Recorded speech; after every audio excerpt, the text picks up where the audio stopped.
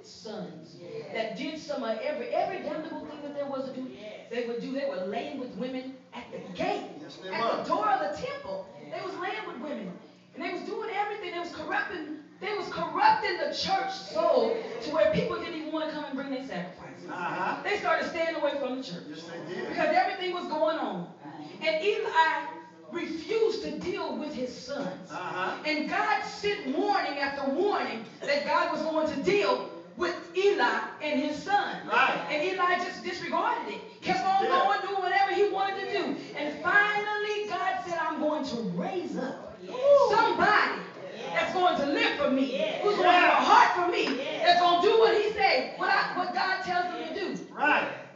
And that was nobody but Samuel. God began to use Samuel. And one day when God began to call his voice, and he said, God, here I am. Speak to me. And he told him, he said, I'm fixing to deal with this house. I'm fixing to deal with it. And see, and Eli knew that God was dealing with him, but I don't know if it was because it was his babies, or because he just flat out did not care, but he never did deal with them sons. And God destroyed them. Destroyed him and his children. And he said, I'm going to raise up some people after my own heart.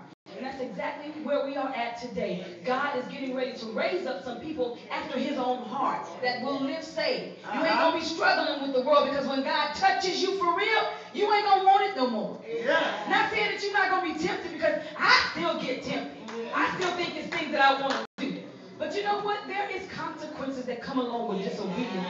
So don't ever think that because you've done it and you got away with it, that ain't true. Because your spirit can be all messed up. You don't know why you can't get into the service. Everything is just not right. You just shaking within your spirit. That's God checking you.